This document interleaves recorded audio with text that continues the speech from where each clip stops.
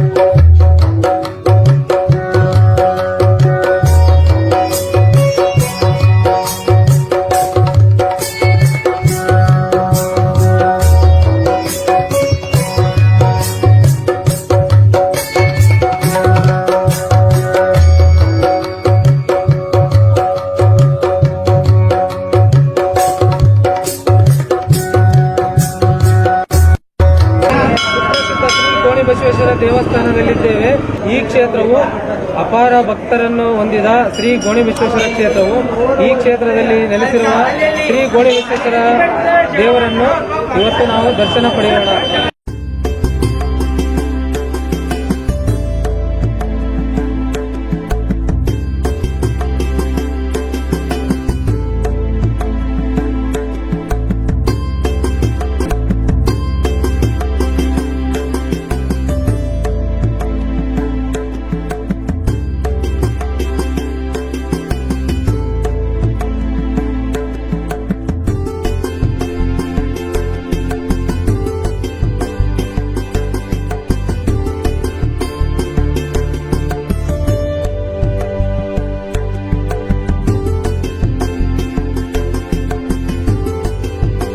ಶರಣರು ಹಾಕಿಕೊಟ್ಟ ಭಕ್ತಿ ಪಂಥದ ನೆಲೆಯಲ್ಲಿ ಅವರ ತತ್ವಾದರ್ಶಗಳನ್ನು ಪುನರ್ಸ್ಥಾಪಿಸಲು ಅನೇಕ ಪವಾಡ ಪುರುಷರು ಜನ್ಮ ತಾಳಿದ್ದು, ಇದರಲ್ಲಿ ನಡು ಕರ್ನಾಟಕದ ಅಂದರೆ ಮಧ್ಯ ಕರ್ನಾಟಕದ ಪಂಚಗಣಾಧೀಶ್ವರರು ಪ್ರಮುಖರಾಗಿದ್ದಾರೆ.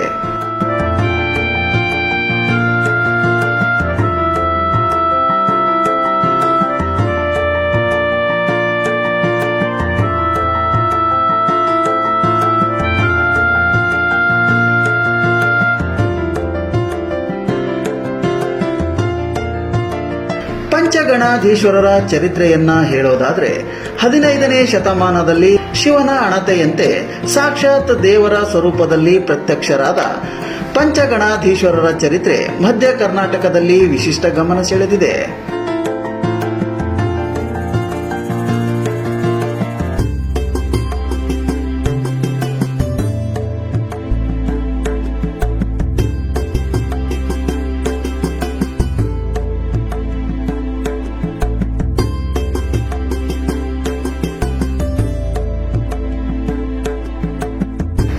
ಹರಪನಹಳ್ಳಿಯಲ್ಲಿ ಕೆಂಪೇಶ್ವರ, ಅರಸೀಕೆರೆಯಲ್ಲಿ ಕೋಲಶಾಂತೇಶ್ವರ, ನಾಯಕನಹಟ್ಟಿಯಲ್ಲಿ ತಿಪ್ಪೇರುದ್ರೇಶ್ವರ, ಕೊಟ್ಟೂರಿನಲ್ಲಿ ಗುರುಕೊಟ್ಟೂರೇಶ್ವರ, ಕೂಲಹಳ್ಳಿಯಲ್ಲಿ ಮದ್ದಾನೇಶ್ವರ ನೆಲೆಸಿದರು ಎಂಬ ಐತಿಹ್ಯವಿದೆ.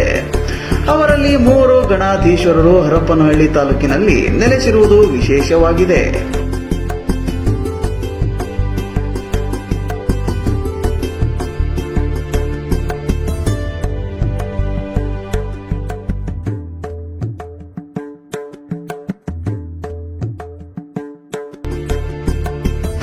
ಪಂಚಗಣಾಧೀಶ್ವರರಲ್ಲಿ ಮದ್ದಾನೇಶ್ವರ ಮಾತ್ರ ಶರಣೆ ಕನಕಾಂಬಿಕೆಯನ್ನ ವರಿಸುವ ಮೂಲಕ ಸಾಂಸಾರಿಕ ಬದುಕಿಗೆ ನಾಂದಿಯನ್ನ ಹಾಡಿದ್ರು. ತ್ರೈಲೋಕ್ಯಂ ಸಂಪಾದಲೇಖ ಸಂಯಲೇಖನಾದಿತ್ತ ಸಚ್ಚಿದಾನಂದ ರೂಪಾಯ ಶಿವಾಯ ಬ್ರಹ್ಮಣೇ ನಮಃ. ಶ್ರೀ ಗುರು ಗೋಣಿಬಸವೇಶ್ವರಾಯ ನಮಃ. ವಿಜಯನಗರ ಜಿಲ್ಲಾ ಹರಪನಹಳ್ಳಿ ತಾಲೂಕಿನ ಕೂಲಹಳ್ಳಿ ಪುಣ್ಯಕ್ಷೇತ್ರದ ಶ್ರೀ ಗುರು ಗೋಣಿಬಸವೇಶ್ವರ ಸಂಸ್ಥಾನ ಮಠದ ಪಟ್ಟದ ಚಿನ್ಮಯ್ಯ ಸ್ವಾಮಿಗಳಾದ ನಾವು ಅನೇಕ ಕಾರ್ಯಗಳನ್ನು ಮಾಡಿ ಗೋಣಿಬಸವೇಶ್ವರ ಸಂಸ್ಥಾನ ಮಠದ ಏಳಿಗೆಗಾಗಿ ನಮ್ಮ 2002ನೇ ಇಸ್ವಿಯಲ್ಲಿ ಪಟ್ಟಾಧಿಕಾರ ಆಗಿದ್ದು, ಪಂಚಗಣಾಧೀಶ್ವರರಂದ್ರೆ ಕುಪ್ಪಿನಕೇರಿ ಆಂಜನೇಯಿಗೆ ಲಿಂಗಧಾರಣೆ ಮಾಡಿ ಕುಪ್ಪಿನಕೇರಿ ಆಂಜನೇಯರಿಂದ ಇಲ್ಲಿ ಬಾಗಳೆ ಕಲೇಶ್ವರ ದೇವಸ್ಥಾನದಲ್ಲಿ ಪಂಚಗಣಾಧೀಶ್ವರರು ವಾಸ್ತವ್ಯ ಹೂಡಿರ್ತಾರೆ. ಆ ಸಂದರ್ಭದಲ್ಲಿ ಬೆಳಗ್ಗೆ ಪೂಜೆ ಮಾಡುವ ಸಂದರ್ಭದಲ್ಲಿ ಮದ್ದಾನೇಶ್ವರ ಸ್ವಾಮಿಗಳಿಗೆ ಕೊಟ್ಟೂರೇಶ್ವರರು ಹೇಳ್ತಾರೆ, ಹೂವು ಪತ್ರಿಗಳನ್ನ ನೀನು ಎತ್ಕೊಂಡು ಈ ಹೂವು ಪತ್ರಿ ತಗೊಂಡ್ ಬರ್ಬೇಕಂತೇಳಿ. ಅಲ್ಲಿ ಶೃಂಗಾರ ತೋಟ ಅಂತಿದೆ, ಆಗಿನ ಕಾಲದಲ್ಲಿ ರಾಜರದ ಅದು ಒಂದು ಶೃಂಗಾರ ತೋಟ ಅಂತೇಳಿ. ಅಲ್ಲಿ ಹೋಗಿ ಮದ್ದನ ಸ್ವಾಮಿಗಳು ಹೂವು ಪತ್ರಿಗಳನ್ನ ಎಲ್ಲ ತಗೊಳ್ತಾರ. ತಗೊಂಡ ಮೇಲೆ ಅಲ್ಲಿ ಕನಕಾಂಬಿಕೆ ಅಂತ ಹೇಳಿ ಆಕೆ ಒಬ್ಬ ಶಿವಶರಣಿ. ಆ ಕನಕಾಂಬನ ದೃಷ್ಟಿ ಮದ್ದನ ಸ್ವಾಮಿಗಳಿಗೆ ಬೀಳುತ್ತೆ, ಮದ್ದಾನೇಶ್ವರ ದೃಷ್ಟಿ ಕನಕಾಂಬಕ್ಕೆ ಬೀಳುತ್ತೆ. ಅಷ್ಟರಲ್ಲೇ ಇವರು ಹೂವು ಪತ್ರಿಗಳ ತಗೊಂಡ ಮೇಲೆ ಅವೆಲ್ಲ ಬಾಡಿ ಹೋಗ್ಬಿಟ್ಟಿರ್ತಾವ. ಏನಿದು ವಿಚಿತ್ರವಾಯ್ತಲ್ಲ ಅಂತೇಳಿ ಅವಾಗ ಅವರು ಏನೋ ಒಂದು ಜ್ಞಾನದ ಶಕ್ತಿಯಿಂದ ಕೊಟ್ಟೂರೇಶ್ವರರು ಕುಂತಲೇ ಆಲೋಚನೆ ಮಾಡ್ತಾರೆ, ಮದ್ದಾನೇಶ್ವರ ಅಲ್ಲಿ ಉದಲು ಬಿದ್ದ ಅಂತೇಳಿ. ಅವಾಗ ಮದ್ದಾನೇಶ್ವರರು ಅಲ್ಲಿ ತೋಟದೊಳಗಿರ್ತಕ್ಕಂಥ ಬಾವಿ ಇರುತ್ತೆ, ಆ ಬಾವಿ ಒಳಗೆ ಸ್ನಾನ ಮಾಡಿಕೊಂಡು ಪುನಃ ಮತ್ತೆ ಹೂ ಪತ್ರಿ ತಗೊಂಡ್ ಬರ್ತಾರೆ ಮಡಿ ಉಡಿಲಿಂದ. ಅವಾಗ ಕನಕಮ್ಮಗೆ ನೀರಡಿಕೆ ಆಗಿಬಿಡುತ್ತೆ. ಕನಕಮ್ಮ ಹೋಗಿ ಬಾವಿಯಲ್ಲಿ ನೀರು ಕುಡಿದಕ್ಕೆ ಅಲ್ಲಿ ಒಂದು ಗರ್ಭ ನಿಲ್ತೆ ಅನ್ನತಕ್ಕಂಥದ್ದು. ಹಾಗಾಗಿ ಅವಾಗ ಪಂಚಗಣಾಧೀಶ್ವರರಲ್ಲಿ ಒಬ್ಬರಾಗಿರ್ತಕ್ಕಂಥ ಕೊಟ್ಟೂರೇಶ್ವರರು ಆಗಿನ ಕಾಲದಲ್ಲಿ ಇಲ್ಲಿ ರಾಜರು ಇರ್ತಕ್ಕಂಥವ್ರನ್ನ ಕರೆ ಕಳಿಸಿ ಈ ರೀತಿ ಶರಣರಲ್ಲಿ ಹಿಂಗಾಗಿದೆ ಅಂತೇಳಿ ಅವಾಗ ಕೊಟ್ಟೂರೇಶ್ವರರು ಕನಕಮ್ಮನ ಕರೆ ಕಳಿಸಿ ಅವಾಗ ಆ ಎಮ್ಮಗ ಲಿಂಗಧಾರಣಿ ದೀಕ್ಷೆಯನ್ನ ಕೊಟ್ಟು ಮದ್ದಾನೇಶ್ವರಗ ವಿವಾಹ ಮಾಡ್ತಾರೆ. ಅವಾಗ ಮದ್ದಾನೇಶ್ವರರು ಇಲ್ಲಿಂದ ಒಂದು ಸಾಂಸಾರಿಕವಾಗಿ ನಡೆಸ್ಕೊಂಡು ಹೋಗ್ಬೇಕು, ನೀವು ಕೂಲಹಳ್ಳಿ ಸ್ಥಳದಲ್ಲೇ ವಾಸ್ತವ್ಯವಾಗಿದ್ದು ನಿಮ್ಮ ಜೀವನ ನಡೆಸ್ಕೊಂಡು ಹೋಗ್ಬೇಕಂತೇಳಿ ಕೊಟ್ಟೂರೇಶ್ವರರು ಆಶೀರ್ವಾದ ಮಾಡ್ತಾರೆ. ಅವಾಗೆ ಕೊಟ್ಟೂರೇಶ್ವರ ಹೇಳ್ತಾನೆ, ಮುಂದೆ ನಿನಗೆ ಒಂದು ಗಂಡು ಮಗು ಜನನ ಆಗ್ತತಿ, ಆ ಗಂಡು ಮಗಗೆ ನಾಮಕರಣ ಮಾಡ್ಲಿಕ್ಕೆ ಅರಪನಹಳ್ಳಿ ಕೆಂಪೇಶ್ವರ ಸ್ವಾಮಿಗಳು ಇರ್ತಾರೆ, ಅವರೇ ನಾಮಕರಣ ಮಾಡ್ತಾರೆ. ಮುಂದೆ ಉಜ್ರಮಣಿಯಿಂದ ದೊಡ್ಡ ಕಾರ್ಯಕ್ರಮಗಳು ರಥೋತ್ಸವ ಇವೆಲ್ಲ ನಡೀತೇವೆ. ರಥೋತ್ಸವ ಸಂದರ್ಭದಲ್ಲಿ ನಾವು 5 ಮಂದಿ ಪಂಚಗಣಾಧೀಶ್ವರರು ಕಲಿಯನಂತೇಳಿ ಅವ್ರು ಕೊಟ್ಟೂರೇಶ್ವರರು ಭಾಷೆ ಕೊಟ್ಟು ಅವ್ರವ್ರ ಕ್ಷೇತ್ರಗಳಿಗೆ ಹೋಗ್ತಾರೆ. ಅವ್ರ ಕಾರ್ಯಗಳಿಗೆ, ಅವರು ಮಾಡ್ತಕ್ಕಂಥ ಕೆಲಸ ಕಾರ್ಯಗಳಿಗೆ ಕೊಟ್ಟೂರೇಶ್ವರ ಹೋಗ್ತಾನೆ, ನಾಯಕನಟ್ಟಿಗೆ ತಿಪ್ಪೇಸ್ವಾಮಿಗಳು ಹೋಗ್ತಾರೆ, ಅರಸೀಕೆರೆಗೆ ಗೋಲಶಾಂತೇಶ್ವರ ಹೋಗ್ತಾನೆ, ಹರಪನಹಳ್ಳಿಗೆ ಕೆಂಪೇಶ್ವರ ಸ್ವಾಮಿ ಹೋಗ್ತಾನೆ.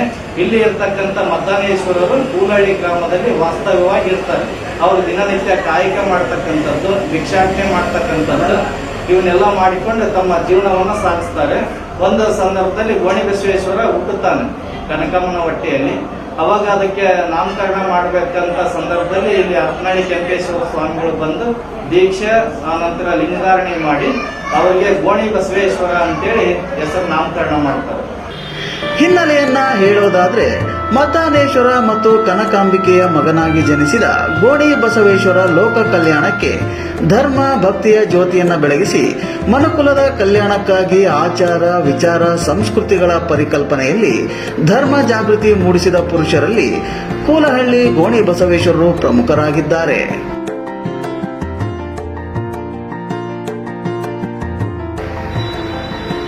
ಪವಾಡ ಪುರುಷರಾದ ಗೋಣಿ ಬಸವೇಶ್ವರರು ಚಿಕ್ಕನಹಳ್ಳಿಯಲ್ಲಿ ವ್ಯವಸಾಯದಲ್ಲಿ ನಿರತರಾಗಿದ್ದ ಸಂದರ್ಭದಲ್ಲಿ ಆಕಸ್ಮಿಕವಾಗಿ ಆಗಮಿಸಿದ ಜೋಡಿ ಹುಲಿಗಳನ್ನೇ ಎತ್ತುಗಳ ರೀತಿಯಲ್ಲಿ ವ್ಯವಸಾಯದ ಚಟುವಟಿಕೆಗಾಗಿ ಬಳಸಿಕೊಂಡಿದ್ದಾರೆ. ಅಳಿಲು ಚರ್ಮವನ್ನೇ ತೆಪ್ಪ ಮಾಡಿಕೊಂಡು ಕೈಯಲ್ಲಿನ ಬೆತ್ತವನ್ನೇ ಹರಿಗೋಲು ಮಾಡಿಕೊಂಡು ರಭಸವಾಗಿ ಹರಿಯುತ್ತಿದ್ದ ತುಂಗಭದ್ರಾ ನದಿಯನ್ನ ದಾಟಿ ಪವಾಡ ಮಾಡಿರುವ ಪ್ರತೀತಿ ಇದೆ.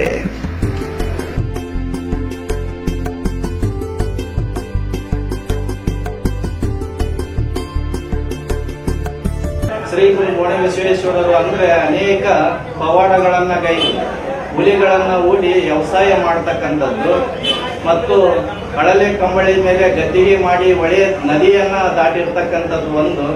ಆಮೇಲೆ ಅನೇಕ ಪವಾಡಗಳನ್ನ ಗೈದು ಇಡೀ ನಮ್ಮ ಕರ್ನಾಟಕದಲ್ಲಿ 777 ಶಾಖ ಮಠಗಳನ್ನ ಸ್ಥಾಪಿಸಿ ಇಲ್ಲಿ ಪುಣ್ಯಕ್ಷೇತ್ರ ಕೂಲಹಳ್ಳಿಯಲ್ಲಿ ಜೀವ ಸಮಾಧಿ ಆಗಿರ್ತಕ್ಕಂಥದ್ದು. ಪಂಚಗಣಾಧೀಶ್ವರರಾದ ಶ್ರೀ ಮದ್ದಾನೇಶ್ವರ ಇವರು ಮೊದಲನೆಯವರು. ಇವರ ದೇವಸ್ಥಾನದ ಬಗ್ಗೆ ನೋಡೋಣ.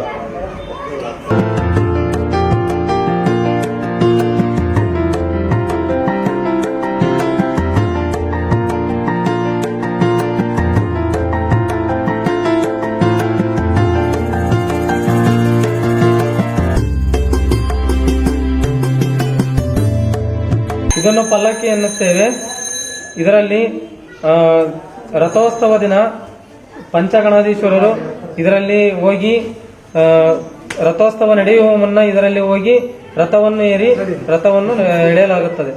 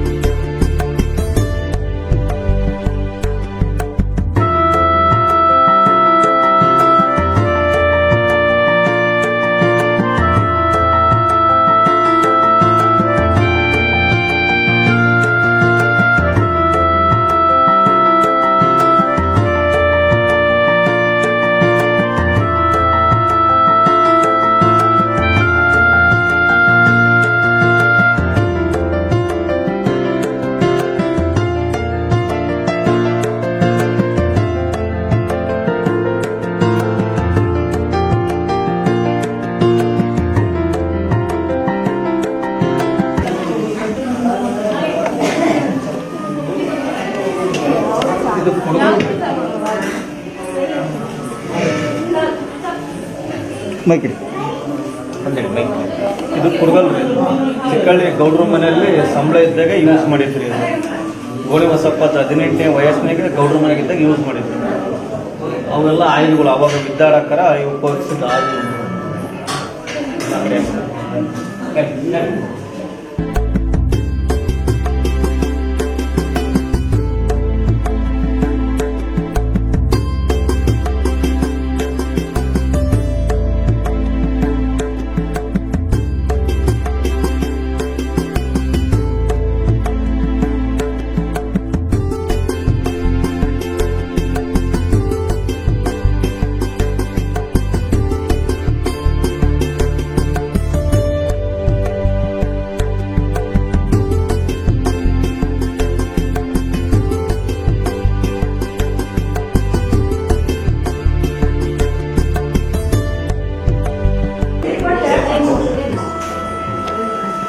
ಅಂದ್ರೆ ಮಧ್ಯಾಹ್ನೇಶ್ವರ ಸ್ವಾಮಿ ಯುದ್ಧ ಮಾಡ್ಬೇಕಾದ್ರೆ ಅಥವಾ ಗೋಣಿ ಬಸವೇಶ್ವರ ಸ್ವಾಮಿಗಳು ಯುದ್ಧ ಮಾಡುವ ಟೈಮಲ್ಲಿ ಇದನ್ನು ಯೂಸ್ ಮಾಡ್ತಾ ಇದ್ವಿ. ಹೋ ಹೋ ಹೋ.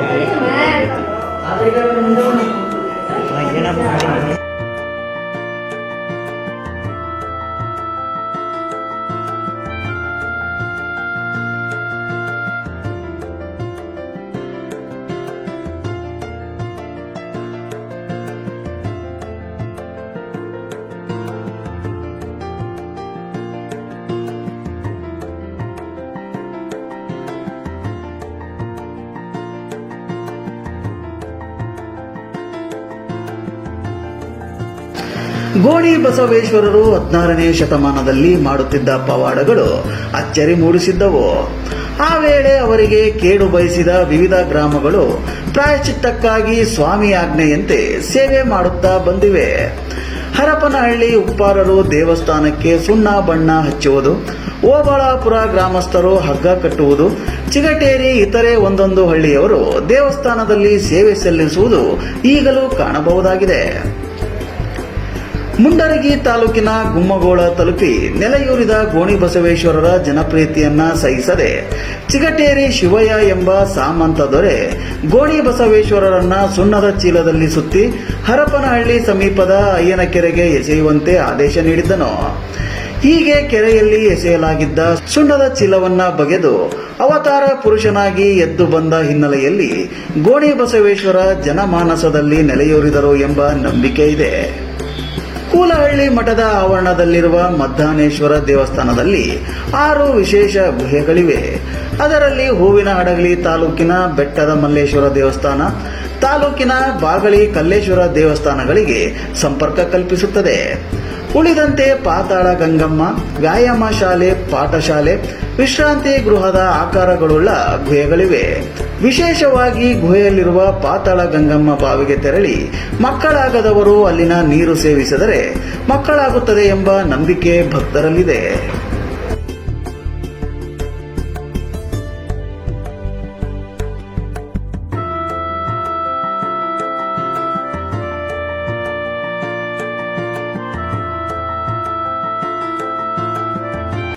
ಶ್ರೀ ಮದ್ದಾನೇಶ್ವರರು ಮತ್ತು ಅವರ ಪುತ್ರನಾದ ಶ್ರೀ ಗೋಣಿ ವಿಶ್ವೇಶ್ವರರು ಭಿಕ್ಷೆಯನ್ನು ಮಾಡಿಕೊಂಡು ಬಂದು ಈ ಒಡೆವುಗಳಲ್ಲಿ ದಾಸೋಹಗಳನ್ನು ಹಾಕುತ್ತಿದ್ದರು.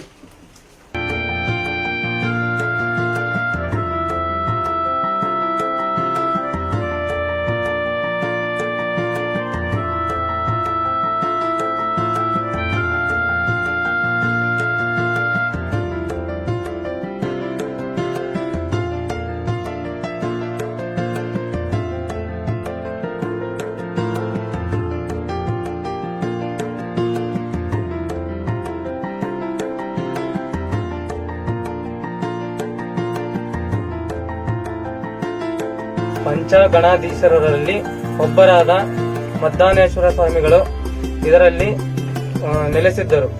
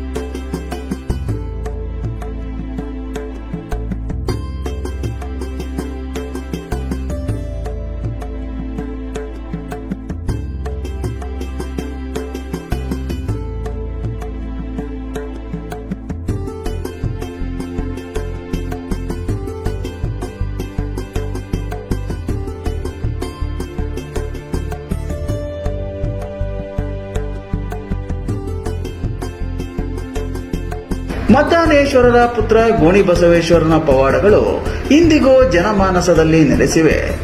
ನಾಡಿನಲ್ಲಿ ಅಲ್ಲಲ್ಲಿ 777 ಮಠಗಳನ್ನು ಸ್ಥಾಪಿಸಿರುವ ಗೋಣಿ ಬಸವೇಶ್ವರರು ಚಿಕ್ಕ ವಯಸ್ಸಿನಲ್ಲಿ ಹಾವು ಹಿಡಿದು ಹುಲಿಗಳಿಂದ ಬೇಸಾಯ, ತುಂಗಭದ್ರಾ ನದಿ ದಾಟಿದ್ದು, ಸಾಯಿಸಿ ಕೆರೆಗೆ ಎಸೆದಾಗ ಬದುಕಿ ಬಂದ ಕಥೆಗಳು ದಾಖಲಾಗಿವೆ.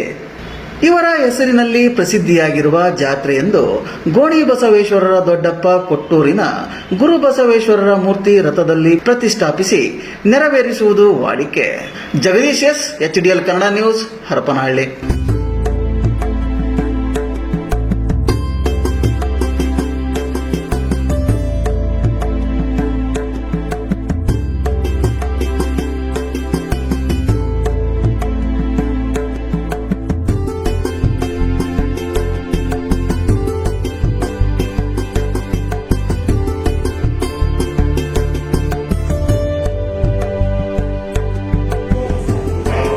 ಶ್ರೀ ಪಂಚಾಗಣಧರೇಶ್ವರರ ಮದ್ದಾನ ಸ್ವಾಮಿಯವರ ಇನ್ನೊಂದು ಬದಿಯ ಗವಿಯನ್ನು ನೋಡೋಣ ಬನ್ನಿ.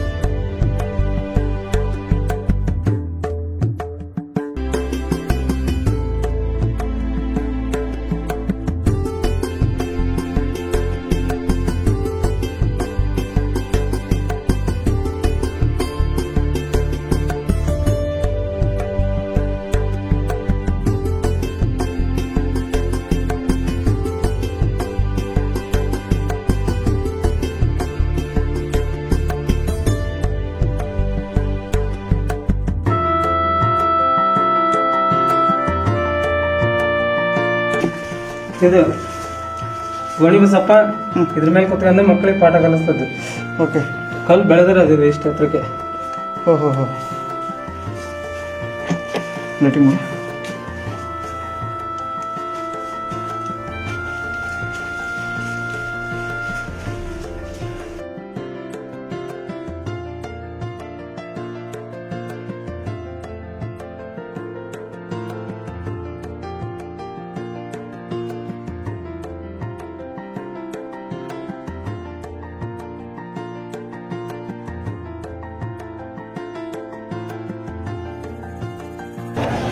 ಇಲ್ಲಿ ಮದ್ದಾನೇಶ್ವರ ಮಠದೊಳಗ 6 ಗವಿಗಳು ಇದಾವೆ. ವಿಶೇಷವಾಗಿ ಗವಿ ಒಳಗ ಮದ್ದಾನೇಶ್ವರರು ಅನುಷ್ಠಾನ ಮಾಡತಕ್ಕಂಥದ್ದ ಸಂದರ್ಭದಲ್ಲಿ ಅಲ್ಲಿ ಪಾತಾಳ ಗಂಗಮ್ಮ ಒಲದು ಬಂದಿರತಕ್ಕಂಥದ್ದು. ಈಗ ಕೂಡ ನಾವು ಪಾತಾಳ ಗಂಗಮ್ಮನನ್ನ ನೋಡಬಹುದು. ಆಮೇಲೆ ಅಲ್ಲಿ ಹಿಂದೆ ಅಕ್ಷರ ಕಲ್ತಿರ್ತಕ್ಕಂಥ ಪಾಠಶಾಲೆ, ವ್ಯಾಯಾಮ ಶಾಲೆ, ಗೋಕಳೆ ಗುಣಿ ಮತ್ತು ಹಿಂದೆ ದವಸ ಧಾನ್ಯಗಳಾಗ್ತಕ್ಕಂಥ ಒಡೆವುಗಳನ್ನ ನಾವು ನೋಡಬಹುದು. ಆಮೇಲೆ ಒಂದು ತೊಟ್ಲು ಬಾವಿ ಅಂತ ಇದೆ, ಒಂದು ಬಟ್ಲು ಬಾವಿ ಅಂತ ಇದೆ.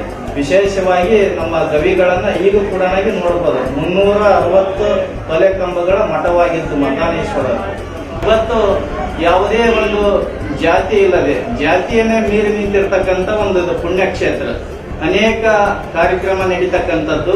ಶ್ರೀ ಗುರು ಗೋಣಿ ಬಸವೇಶ್ವರರ ರಥೋತ್ಸವ ಪಾಲ್ಗುಣ ಶುದ್ಧ ಏಕಾದಶಿ ಅಂತ ಹೇಳ್ಬಿಟ್ಟು ಪ್ರತಿ ವರ್ಷ ನಡೀತಕ್ಕಂಥದ್ದು. ಆಮೇಲೆ ಕಾರ್ತಿಕೋತ್ಸವ, ಆಮೇಲೆ ಶ್ರಾವಣ ಮಾಸದಲ್ಲಿ ಅನೇಕ ಅಜ್ಜನ ಕಾರ್ಯಕ್ರಮಗಳು, ಪುರಾಣ ಪುಣ್ಯ ಕಥೆಗಳ ಮಾಡಿಸ್ತಕ್ಕಂಥದ್ದು.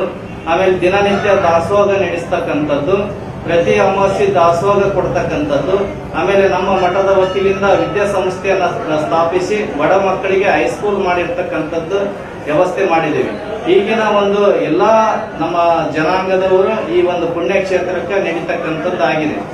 ನಮ್ಮ ಗೋಣಿ ಬಸವೇಶ್ವರ ಅಂತ ಹೇಳ್ಬೇಕಂದ್ರೆ ಅನೇಕ ಜನರುಗಳಿಗೆ ಕಷ್ಟ ಕಾರ್ಪಣ್ಯಗಳಿರ್ತಕ್ಕಂಥವ್ರಿಗೆ ಅದನ್ನ ಕಷ್ಟವನ್ನ ಪರಿಹಾರ ಮಾಡಿ ಅವರಿಗೆ ಸುಖವನ್ನ ಕೊಡ್ತಕ್ಕಂಥದ್ದು, ಶಾಂತಿಯನ್ನ ಕೊಡ್ತಕ್ಕಂಥದ್ದು. ಆಮೇಲೆ ಅವರೆಲ್ಲ ಕೆಲಸ ಕಾರ್ಯಗಳಲ್ಲಿ ಯಶಸ್ವಿ ಆಗಲಿಕ್ಕೆ ಗೋಣಿ ಬಸವೇಶ್ವರರು ಆಶೀರ್ವಾದ ಮಾಡ್ತಕ್ಕಂಥದ್ದು. ಅನೇಕ ನಮ್ಮ ಕರ್ನಾಟಕದಲ್ಲಿ ಎಲ್ಲಾ ಜಿಲ್ಲೆಗಳಲ್ಲಿ ಇರ್ತಕ್ಕಂಥವ್ರು ಭಕ್ತಾದಿಗಳು ಅನೇಕ ಜಾತ್ರೆ ಸಂದರ್ಭದಲ್ಲಿ ಲಕ್ಷಾಂತರ ಜನ ಸೇರಿ ಅಜ್ಜನ ಕೃಪೆಗೆ ಪಾತ್ರರಾಗ್ತಾ ಇದ್ದಾರೆ. ನಿಮ್ಮ ಹೆಸರೇನು? ಮಂಜಣ್ಣ. ಯಾವ ಊರು ನಿಮ್ದು? ಇಲ್ಲಿ ಎಷ್ಟು ವರ್ಷದಿಂದ ಬರ್ತಾ ಇದ್ದೀವಿ? ಇಲ್ಲಿ ಸ್ವಲ್ಪ ಹೆಚ್ಚು ಕಮ್ಮಿ ಒಂದು 25-30 ವರ್ಷದಿಂದ ಸರ್. ಈ ದೇವಸ್ಥಾನ ಬಗ್ಗೆ ನಿಮ್ಗೆ ಏನು ಗೊತ್ತು? ದೇವಸ್ಥಾನ ಒಳ್ಳೆ ದೇವಸ್ಥಾನ ಸರ್. ಇಲ್ಲಿ ಯಾಕಂದ್ರೆ ಗೋಣಿಬಸವೇಶ್ವರ ಅಂದರೆ ಯಾಕಂದ್ರೆ ಎಲ್ಲರಿಗೂ ಬೇಕಾದ್ರೆ ನಮ್ಮ ಆಟ ಯಾರಾದರೂ ಯಾರಿಗೆಲ್ಲ ಎಲ್ಲರಿಗೂ ಒಳ್ಳೇದಾಗಿ ಮಾಡ್ತಾರೆ. ನಿಮಗೇನು ಒಳ್ಳೇದಾಗಿದೆ? ನಮಗೆ ಒಳ್ಳೇದಾಗಿ ಆಗಿದೆ ಸರ್. ಗೋಣಿಬಸಪ್ಪನಿಂದ ಇವತ್ತಿತ್ತು ಕನ್ನಡಂತ ಇವತ್ತಿಗಾದ್ರೂ ನಾವು ದೇವಸ್ಥಾನದಲ್ಲ ಇಲ್ಲಿ ವಿಭೂತಿ ವ್ಯಾಪಾರ ಮಾಡ್ಕೊಂಡು ಜೀವನ ಮಾಡ್ತಾ ಇದ್ದೀವಿ. ಇವತ್ತಿಗೆ ಇದರಿಂದ ಅನ್ನ ತಿಂತಾ ಇದ್ದೀವಿ. ಒಳ್ಳೆ ಇದರಿಂದ ಎಲ್ಲರಿಗೂ ಒಳ್ಳೇದು ಮಾಡ್ತಕ್ಕಂಥ ನಾವು ದೇವಸ್ಥಾನದ ಅಭಿವೃದ್ಧಿನ ಐತಿ. ಆತ ಗೋಣಿಬಸಪ್ಪನು ಒಳ್ಳೆಯ ಬೆಲೆ ಕೊಟ್ಟು ಮಾಡಿಕೊಂಡಿದ್ದಾನೆ. ಹೆಚ್ಚಿಂದ ಹೇಳ್ಬೇಕಂದ್ರೆ ಭಕ್ತರಿಗೆ ಒಲಿಮಿದ್ದ ಮಂಚ ಆತ ವರ್ಧನ್ ಸ್ವಾಮಿ ಆಗಲಿ ಒಳ್ಳೆ ಮಂಚ. ಎಲ್ಲಿಯಾದರೂ ಈ ಪಂಚಗಣಾಧೀಶ್ವರದಾಗ ಹೆಸರುವಾಸಿ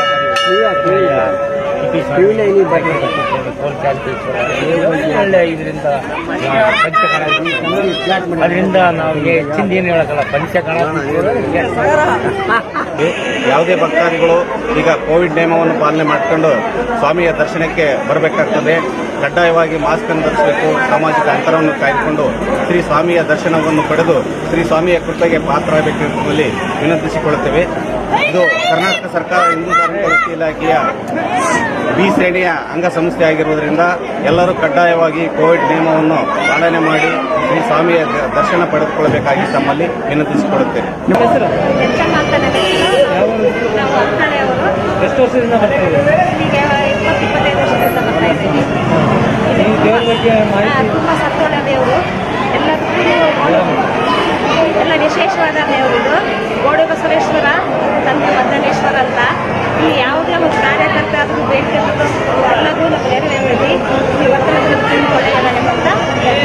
ನಿಮ್ಮಲ್ಲಿ ಏನಾದರೂ ಪವಾಡ ನಡೆದಿದೆ ಈ ದೇವರಿಗೆ ನಡೆಸ್ತಾರೆ?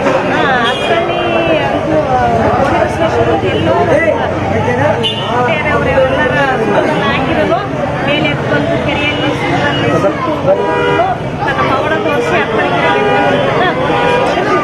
ಭಾಳ ವಿಶೇಷ ಅಂತ ಹೇಳಿ ಎಲ್ಲರೂ ಇಷ್ಟೇ. ನಾವು ಕುಳಳಿ ಗ್ರಾಮ ಪಂಚಾಯತಿ ಅಧ್ಯಕ್ಷರು. ಇದು ನನ್ನ ಹೆಸರು ವೆಂಕಟೇಶಪ್ಪ ಪೂಜಾರ್ ಅಂತ. ಮತ್ತು ಇದು ಪಂಚಗಣಾಧೀಶ್ವರ 5 ಮಂದಿಯಲ್ಲಿ ಒಬ್ಬ ಮದ್ದನೇಶ್ವರ ಅಂತ ಮದ್ದನೇಶ್ವರ ಅವ್ರ ಮಗನೇ ಗೋಣಿಬಸವೇಶ್ವರ. ಇಲ್ಲಿ ಪ್ರತಿ ವರ್ಷ ಈ ದಿವಸ ಇದು ಡಿಸೆಂಬರ್ ತಿಂಗಳಲ್ಲಿ ಕಾರ್ತಿಕ ಆಗುತ್ತೆ. ಭಾಳಷ್ಟು ಮಂದಿ ಸೇರ್ತಾರೆ. ಅದರಿಂದ ನಮಗೆ ಇಲ್ಲಿ ಒಟ್ಟು ರೋಡಿನ ವ್ಯವಸ್ಥೆನೂ ಒಂದಿಟ್ಟು ಭಾಳ ತೊಂದರೆ ಐತಿ. ಹಂಗಾಗಿ ಒಟ್ಟು ರೋಡಿನ ವ್ಯವಸ್ಥೆ ಮಾಡಿಕೊಡ್ಬೇಕು. ದೇವಸ್ಥಾನ ಬಗ್ಗೆ ಹೇಳ್ಬೇಕಪ್ಪ ಅಂದರೆ ಈಗ ಅಮಾವಾಸ್ಯೆ ದಿನ ಆಯಿತು, ಸೋಮವಾರ ಆಯಿತು, ಪ್ರತಿದಿನ ಜನ ಬರ್ತಾ ಇರ್ತಾರೆ. ಅದರಿಂದ ಇದು 5 ಮಂದಿ ಪಂಚಗಣಾಧೀಶ್ವರ ಇರೋದ್ರಿಂದ ನಮ್ಮ ದೇವಸ್ಥಾನ ಸ್ವಲ್ಪ ಇನ್ನೊಂದಿಷ್ಟು ಡೆವಲಪ್ ಆಗಬೇಕಾಗಿದೆ.